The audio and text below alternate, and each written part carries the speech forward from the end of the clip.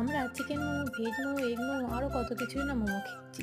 কিন্তু আজ আমি ট্রাই করব ফুল চিংড়ি দিয়ে কদম মোমো, সম্পূর্ণ নতুন একটি রেসিপি।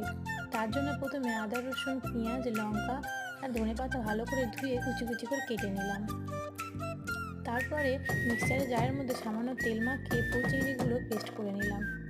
এবার পেস্টটিকে একটা বাটির মধ্যে নিয়ে তার মধ্যে একে একে পেঁয়াজ কুচি, লঙ্কা কুচি, ধনেপাতা কুচি, আদা রসুন বাটা, স্বাদ মতন লবণ, 1 চামচ গোলমরিচের গুঁড়ো, 1 চামচ গরম মশলা গুঁড়ো, কিছুটা সয়া সস, 1 চামচ অরিগ্যানো, 1 চামচ চিলি ফ্লেক্স দিয়ে ভালো করে হাত দিয়ে মেখে নিলাম। এবার এখান থেকে অল্প করে নিয়ে আগে থেকে ভিজিয়ে রাখা দেহরাদুন রাইসের মধ্যে ভালো করে কোট করে নিলাম।